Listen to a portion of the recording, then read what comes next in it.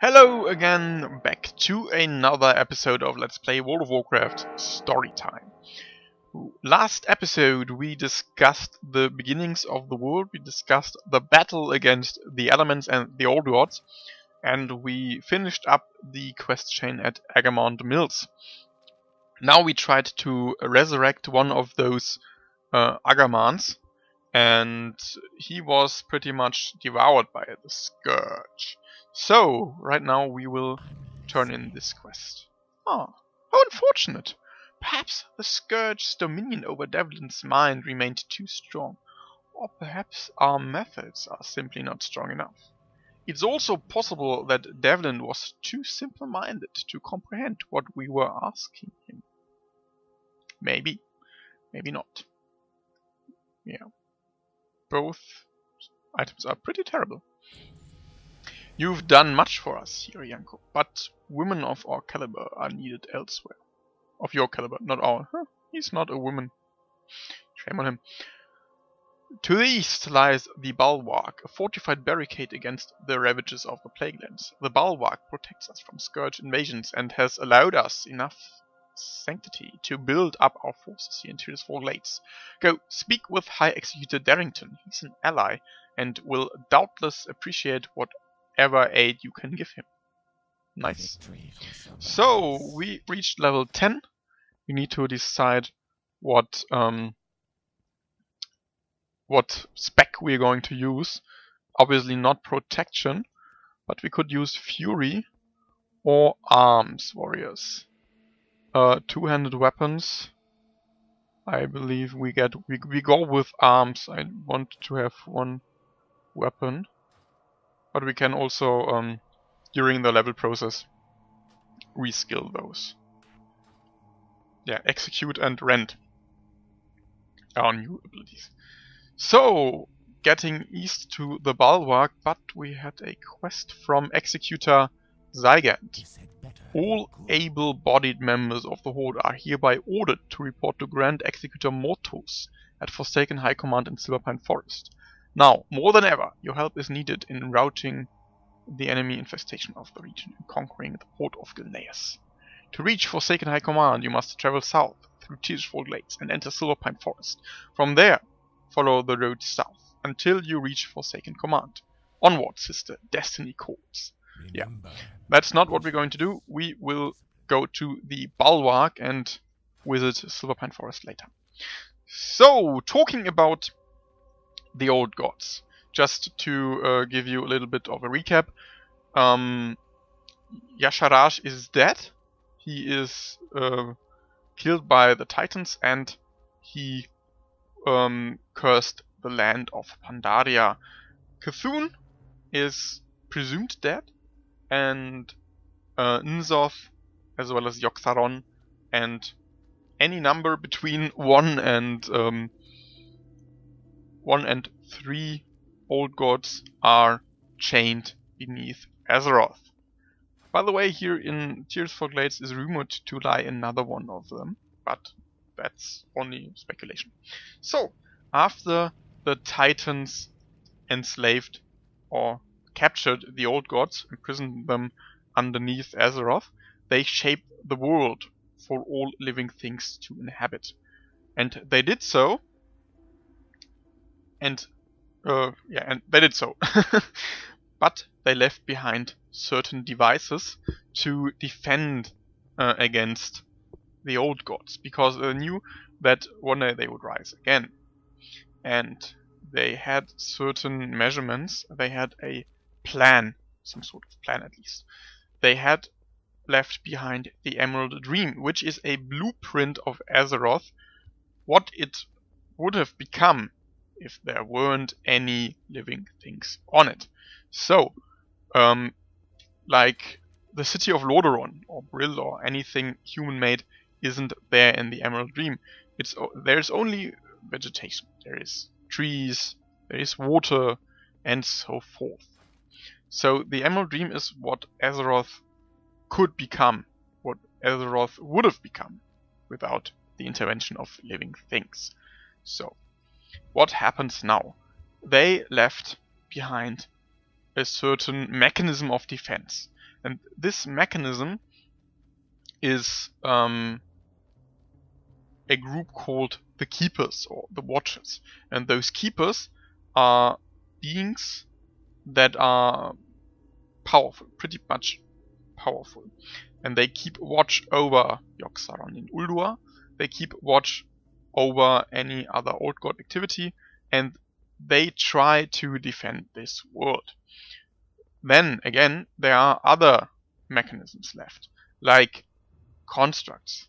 There are the Earthen, who are the predecessors of the dwarves. There are the Mogu, who we will see in Pandaria, and there I don't really know how they're called. Those people down here in Uldum. Maybe I recall this later. But those are mechanisms. And we get another batch of quests to discuss now. The High Executor sizes you up. Not much of a warrior, are you? Well, you will be when I'm done with you. Though the strength of the Scarlet Crusade wanes, we are still at war. The report Executor Arden sent me indicates Scarlet Crusaders have been raiding from the ruined tower in southeastern Tirisfal near the Balnir farmstead under the command of Captain Vakon. Kills 3 of his zealots and 4 of his friars.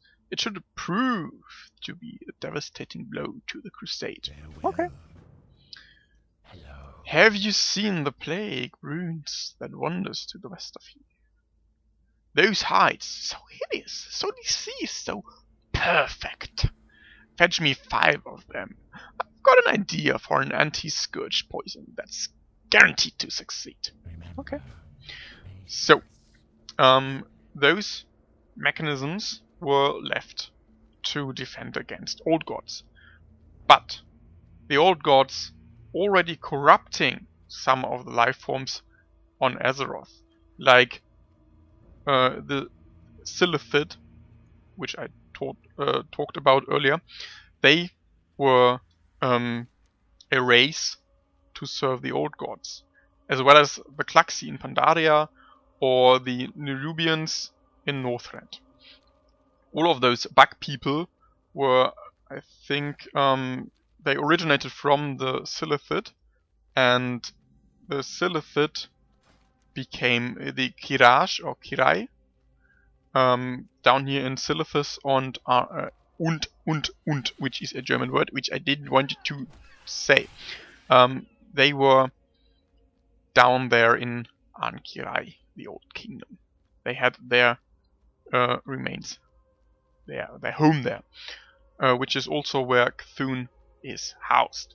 So those bug people were a form of control the old gods tried to bring down on the world, but they didn't contend with only those.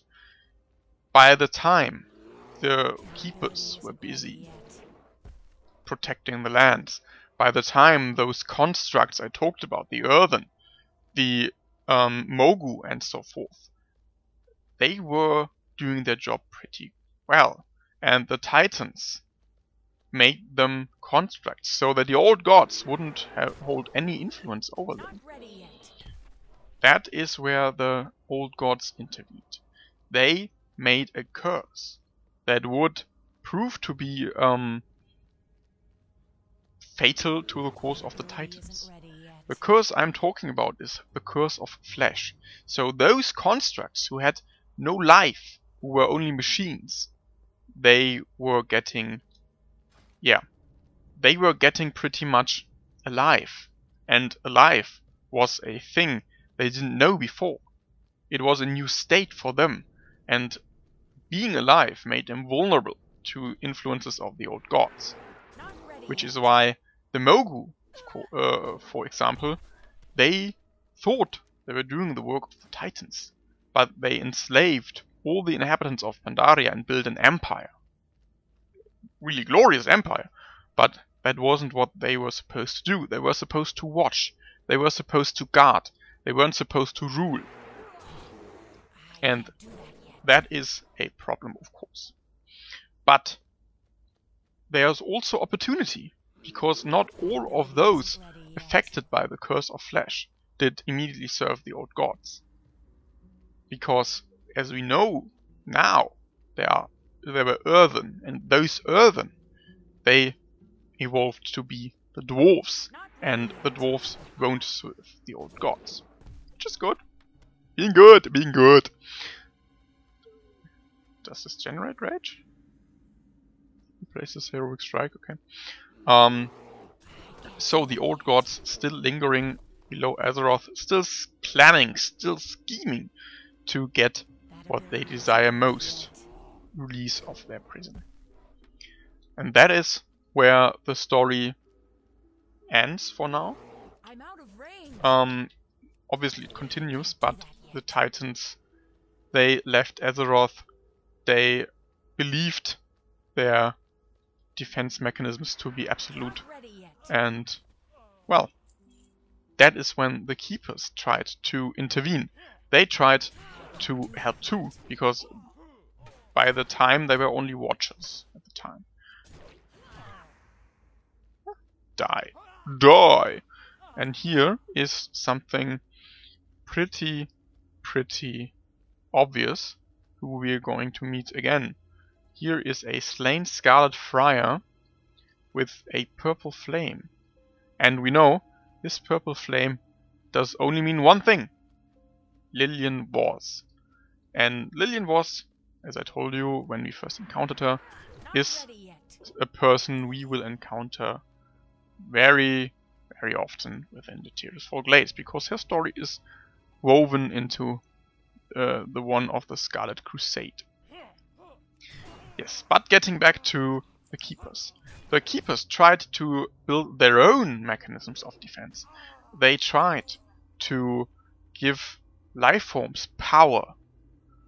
Power that was what they thought good, in order to let them protect the peoples of Azeroth. There's a Friar. Can I kill Vacan? Can I just kill him? Is this a quest I need to do? Oh. He drops a training sword. Ah, not so good, that thing. Yes, and they tried to bestow power on living things, and this living thing is Gala Grande, father of all dragons, a proto-dragon. Back in those times there were no dragons, there were only proto-dragons, and those proto-dragons are native to Northrend. So we can encounter proto-dragons again in World of Warcraft. We can encounter them within the country of Northrend. And this proto-dragon, this Gala Grande, was so powerful, he began to hunt not only the prey he would normally naturally hunt, he began to devour other proto-drakes or proto-dragons. And those proto-dragons he devoured, they became scourged, they became undead, they became a menace. They became the enemy to all living things. And before I continue with the story, we have to turn in quests again. Your actions will slow down the Scarlet Crusade's advancement in Tirisfal quite a bit, hopefully for good, but other threats loom. Shortly before you arrived at the Bulwark, I was approached by the most unusual young undead woman. She swore enmity against the Scarlet Crusade, so I sent her to work on our enemies to the north. You say you saw some dead Crusaders earlier? Those were probably her work. Go, check up on her and see if she can use any assistance in her vendetta against the Crusade. I wouldn't be surprised if she's already killed them all. Okay, Lillian was again. Lillian was again. Let's see, do you have enough hides? Dithers, you've done it again! These are perfect! This samples his latest concoction. This isn't quite there. It needs something to give it a little more zing. I've got it! The spiders to the north have a potent venom that'll do the trick. See if you can extract some for me, Rianko. So, back to the background story. So, Gala Grande was a huge, really huge proto-dragon. He was the biggest thing on the planet at this time, at this point in time. So, there were living proto-dragons. They got that Gala Grande was an enemy. They saw him as a threat, and they banded together. Proto-dragons from all colors and sizes tried to bring down Gala Grande, which was a rather unusual thing to happen, because all those proto-dragons, they never banded together. They stick to their own. Blue proto-dragons would only converse with blue proto-dragons. They had their own hunting grounds. They were totally separate, but the same species. So they tried to bring down Gala Grande and failed. They failed miserably until a group of young proto-dragons, namely Alexstrasza, Ysera, Neltharion, Malygos and Nosdormu, banded together with the Keeper, Tyr. The Keeper Tyr is one we don't encounter in the game, even though his colleagues are corrupted by Yogg-Saron within Ulduar. We never get a glimpse of Tyr. And Tyr, he tried to fix the mistake of the Keepers, because the Keepers at that point were only watching. They didn't intervene with Gala Grande. They tried to stick to the task the Titans gave them. But by the actions of Tyr, they were rattled awake. They saw that they needed to act. And Tyr, he fought valiantly with the proto-dragons, but he proved to be no match for the might of Gala Grande. Gala Grande, while fighting against Tyr, bit off his hand and chewed it down, devouring it. So Tyr, gravely wounded, was needed back at Ulduar. He was caught by his fellow keepers in order to heal him, to help him. So the proto-drakes, they were left on their own devices again. They needed to kill Gala Grande, and kill Gala Grande they did. This all happened before those proto-drakes we now know as the Aspects, before they became Aspects, before they had any real power. The only thing they had was their own bodies, their wit, and their willingness to defeat a common threat. And they stood vigilant. They defeated Gala Grande. And in defeating Gala Grande, the Keepers saw them as a great power in the world, as something they could not be. So they were bestowed with the power, not of the Keepers, but of the Titans themselves. For the Keepers, they summoned the Pantheon. They made contact with the Pantheon, and the Pantheon granted them power. Alexstrasza would be known as the Lifebinder from this day forth. Ysera would be the Dreamer. Malygos, the Spellweaver. Nosdormu, the Timeless One. And Eltharion, the Earth Warder. And so began the Age of the Aspects. So began the Age of the Aspects. So here is another one again, and we need to turn in a quest. As you look over the ruins of the camp, you hear a whisper behind you. I could kill you right now if I wanted to. You'd better watch your step, undead. The whisper continues. My name is LillianFather. Before I died, I was a member of the Scarlet Crusade. My father, High Priest Wars, raised me to be a weapon against the plagued. I studied stealth, sorcery, martial arts, anything to make myself stronger. I gave up my childhood for him. Then, as fate would have it, I died and returned as this. My father instantly forgot me, and when I returned, ordered me executed. We will speak with him now in his tower to the northwest. Yes, Lillian is with us, and she wants her father to acknowledge her again. She wants to speak with her father. How sweet. But now we have the aspects. They guard over the world, all in their respective roles. Alexstrasza has life as her motto. She guards all and every life on this planet. She doesn't care if the life she guards is human, elven, troll, orc. Well, orcs weren't a thing back then, but pretty much every life to her is sacred. Ysera was in charge of the Emerald Dream, as I already told you, the blueprint of Azeroth. She and her Dragonflight, forthgoing, were in charge of it. Then Nosdormu, he, the Timeless One, he was charged with keeping the main time stream in order. Keep it clean, keep it uncorrupted. And that is what his Dragonflight does. That is what we do in the Caverns of Time, which are located here in Tanaris. And again, we had some more. We do have the Blue Dragonflight. And the Blue Dragonflight, they were charged with keeping control over the magics of the world. They tried to let the magics not fall into the wrong hands.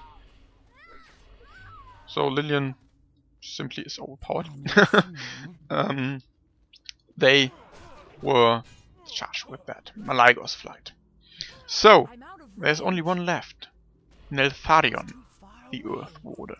Neltharion was to watch over the Earth, over the planet itself, and over the old gods. But this task with the old gods, it was only implicitly stated. He didn't know about those old gods back then, and he was the first one to be corrupted by their whispers. They tried to make him their new agent, and they succeeded. He became Deathwing later on, fulfilling his master's desires, even though he didn't know they were his master. They thought those voices in his head were his own, where indeed they weren't. So, we got the aspects figured out. We got the fight against the Proto-Drake, who would known... Ooh, that was pretty awesome. Who would be known as the father of dragons. Who he wasn't, but the aspects, they told the story to the younger generations, and it became a legend. Yes, and that is the beginning of the world. That is the most I can tell you, because everything else lies in shadow. First thing we know was the shaping of the world, then came the aspects later on, and the next thing we know is not so much in our history. It's 10,000 years ago, and that is where the War of the Ancients took place. But that story is one for another episode. Right now, we see Lillian was. Father! Lillian! It's so nice to see you well. Shut up! And she kills those guards. Nice. You raised me to be a killer. How am I doing now, Daddy? By the way, I remember now. You told me to only kill the undead, so do you want me to kill myself? Lillian, then again, why kill myself when I can kill you instead? Yes, that is how the story ends for now. Lillian Voss' story continues within Sholomance, within the Scarlet Crusade dungeon, Scarlet Monastery, but we won't see that story continued, I'm afraid, because we won't do those dungeons. I told you already, we won't get into dungeons, we will get into quests, but when the time comes I will sum up the story for you. Right now we are running short on time. The only thing I want now is get out of here before anything happens, before logging out. Because logging back in where there are mobs that want to kill me shouldn't be too smart. Yes, so running away from them. Yay, that's what we do. I hope I could give you a little bit of insight into the beginnings of this world of Warcraft that we are playing in. And tell me if it was interesting for you, if you knew everything I told you already, or if you want to hear more. Obviously this is a Storytime Let's Play, so sooner or later we will get back to the background stories. And I will sum up the most of it so that we can, well, all be on the same page. Right now we've discussed bits and pieces of recent lore, but I think starting from the beginning was necessary in order to understand everything else. So, this is where we part. On to the next episode. I hope you enjoyed yourself while watching. I hope you liked the episode. And we will see each other again in the next one. Ta-ta for now.